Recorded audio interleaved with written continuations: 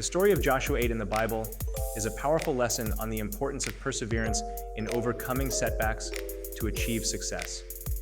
In this chapter, we witness Joshua and the Israelites facing a significant defeat at the hands of the city of Ai. However, instead of giving up, Joshua and his people regroup, develop a new strategy, and ultimately achieve victory. One of the key lessons from this story is the necessity of resilience in the face of adversity. When setbacks occur, it can be easy to become discouraged and lose hope. But Joshua's example reminds us that with determination and perseverance, we can find a way to overcome even the most difficult challenges. Another important lesson from Joshua 8 is the value of learning from our mistakes. After their initial defeat, Joshua and the Israelites take the time to assess what went wrong and make adjustments to their approach. This displays the importance of being willing to adapt and change course when necessary in order to achieve our goals. The story of Joshua 8 also teaches us the importance of faith and trust in the face of adversity.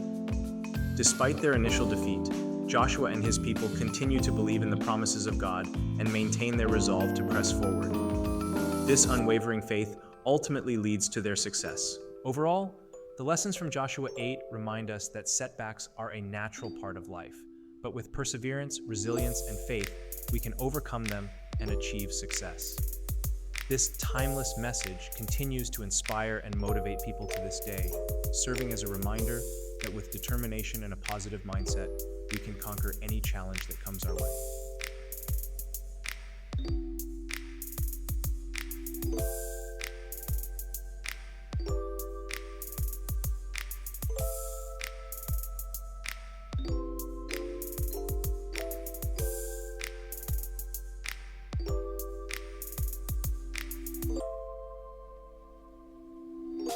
1. Did Joshua learn anything from what happened as a result of not counseling from the Lord before his first attack of Ai? 2. What was different this time? 3. Why should they not fear considering what had happened the last time? 4. What was Joshua's plan? What do you think of his plan? 5. What did he command them to do when they took the city? 8. 6. What do you think it means that Joshua spent that night among the people? What can we learn from this about his leadership? 7. What command did the Lord give to Joshua? What can we see from this about how God was involved in the battle? 5. What did Israel do differently in this battle than in Jericho? How was the outcome different than the first battle of Ai? Why? 10. What can we learn from this chapter about how to be successful in our own lives?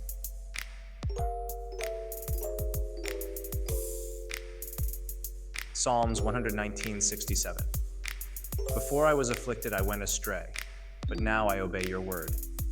Psalm 119:71. It was good for me to be afflicted so that I might learn your decrees. John 15:5. I am the vine, you are the branches. If you remain in me and I in you, you will bear much fruit. Apart from me, you can do nothing. Deuteronomy 12:21. If the place where the Lord your God chooses to put his name is too far away from you, you may slaughter animals from the herds and flocks the Lord has given you, as I have commanded you, and in your own towns you may eat as much of them as you want. Deuteronomy 31:8. The Lord himself goes before you and will be with you. He will never leave you nor forsake you. Do not be afraid. Do not be discouraged. Joshua 1:9. Have I not commanded you? Be strong and courageous. Do not be afraid. Do not be discouraged, for the Lord your God will be with you wherever you go.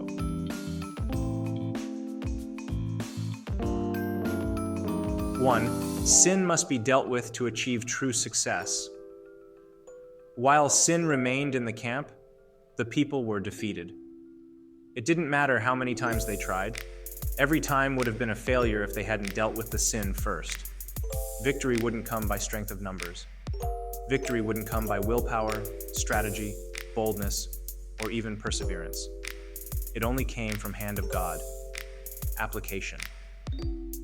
When we fail, we should evaluate ourselves and see if it might be our own sin causing the failure. Jesus said in John 15:5 that apart from him, we can do nothing.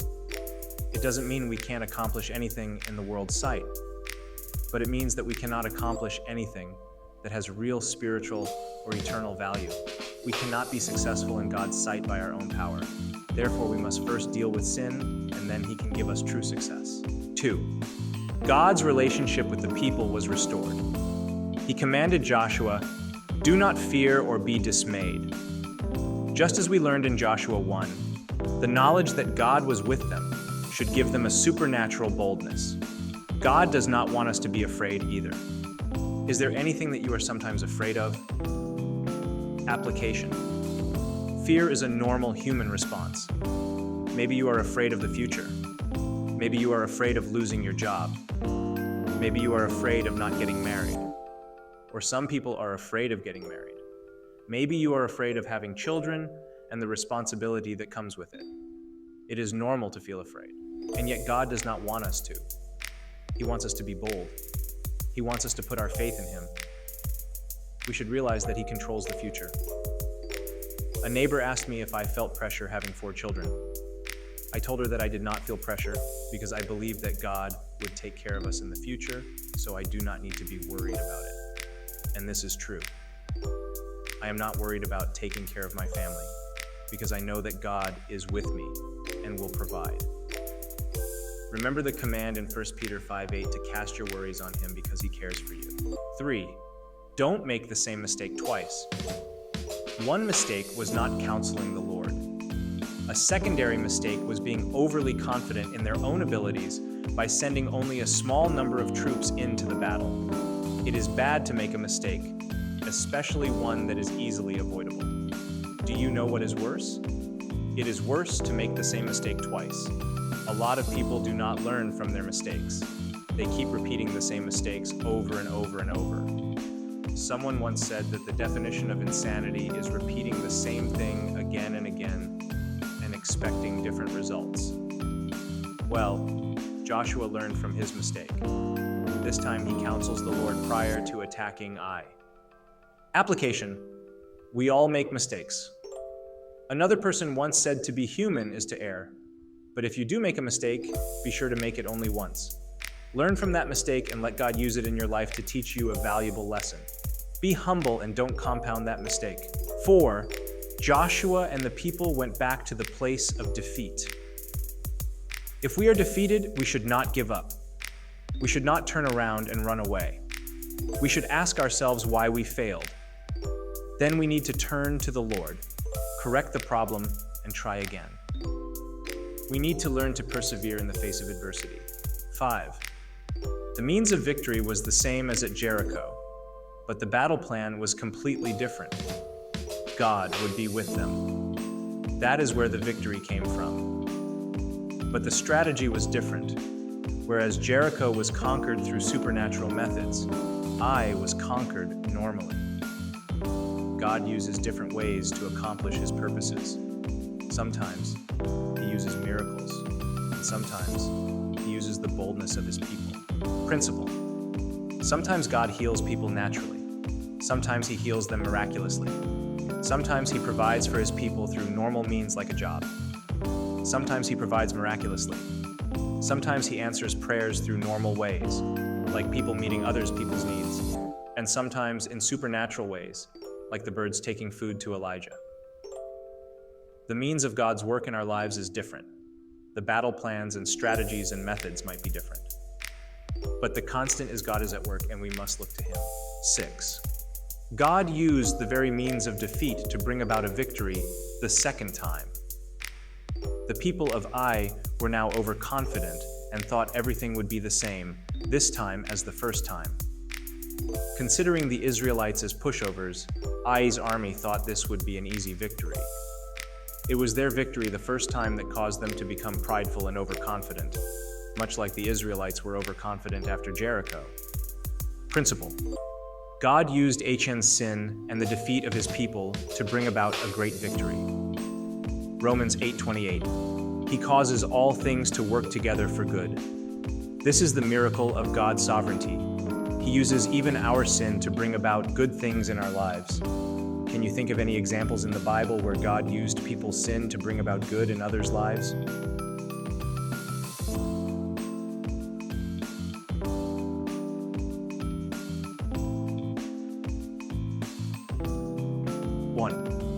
What did Joshua do after the battle? 2. What can we learn from this? 3. What should you do after a success? How about after a failure? Why was it important for Joshua to review the law with the people? Verse 34 says he read all the words of the law. What exactly does this phrase mean? How long might it take to read all of that? 7. What do the blessing and the curse refer to? Who was present for this event? What was the main course of this event? What can we learn from this about the importance of God's word in our own lives? Deuteronomy 27-28. Moses commanded the people to set up the altar on Mount Ebal, and then tells the people a list of curses for disobedience and blessings for obedience. It takes 7.5 hours to read Leviticus, Numbers, Deuteronomy, or 14 hours to read the entire Torah in English, though it may be faster to read it in Hebrew.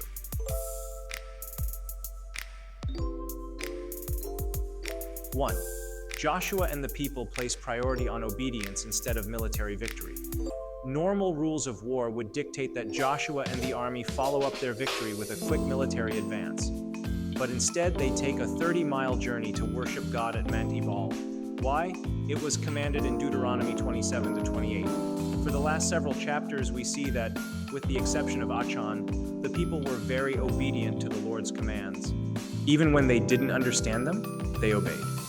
Even when it was inconvenient, they obeyed. Even when it went against cultural wisdom, they obeyed. Even when it was dangerous, they obeyed. Obedience is one of the absolute most essential character traits God requires in his followers.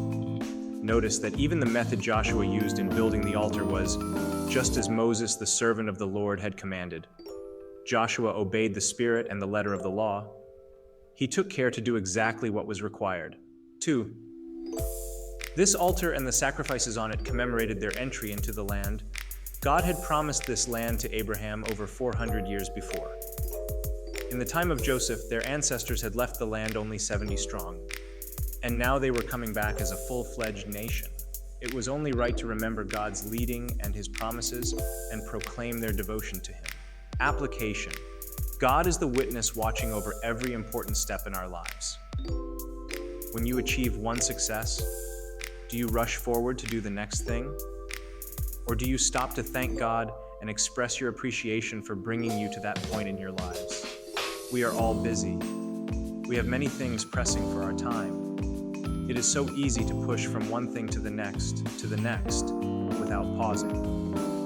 But here we can see how important it is to take a break from the routine aspects of everyday life and just remember the Lord and what he has done. How and when will you do that? 3.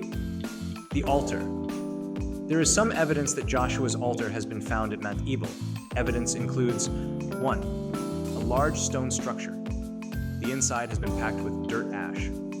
A similar type of altar is found in Exodus 27:1-8. 2. This altar has ramps, not steps. See Exodus 20:26. 3. 2,162 bones of animals were found. The bones were all of clean animals, not working animals. The animal bones included sheep, goats, deer, and cattle. These bones were of young animals, as would be sacrificed, and showed signs of slow burning. 2 stone hammers were found. Jews were not allowed to use any iron for making altars. The hammers were specially buried, indicating that they had a special purpose in building the altar. 5. Another smaller stone structure was found, which was round. It appears that this was intentionally buried by the builders of the new altar. The archaeologist who discovered this site was not a believer. Dr. Adam Zertel believed the Bible after coming to the conclusion that this was Joshua's altar. He did not even know about Joshua's altar before his expedition. No evidence has been found that this was a settlement or permanent site, since pottery from only one era has been found. This altar may not be Joshua's altar, but a lot of signs would indicate that it is quite likely it is. 4. The blessings and the curses. This ritual shows us a simple but important biblical truth. If you obey God, you will be blessed. If you disobey him, you will be cursed. It is not complicated. We can choose to be on God's side, or we can choose to be against him. The choice is simple. What will you choose? Icy 5. Everyone gathered. The women and men and little ones and foreigners were all there. God's word was applicable to everyone. Everybody needed to hear it. No matter how old or young or what their station was in life, God's word was relevant to them and their own unique situations. God's word is also always relevant in our lives. We should give his word the time and respect it deserves. Application. How can you take a break from your normal routine this week to focus on God and what he has done in your life? We want to help you study the Bible, obey the Bible, and teach the Bible to others.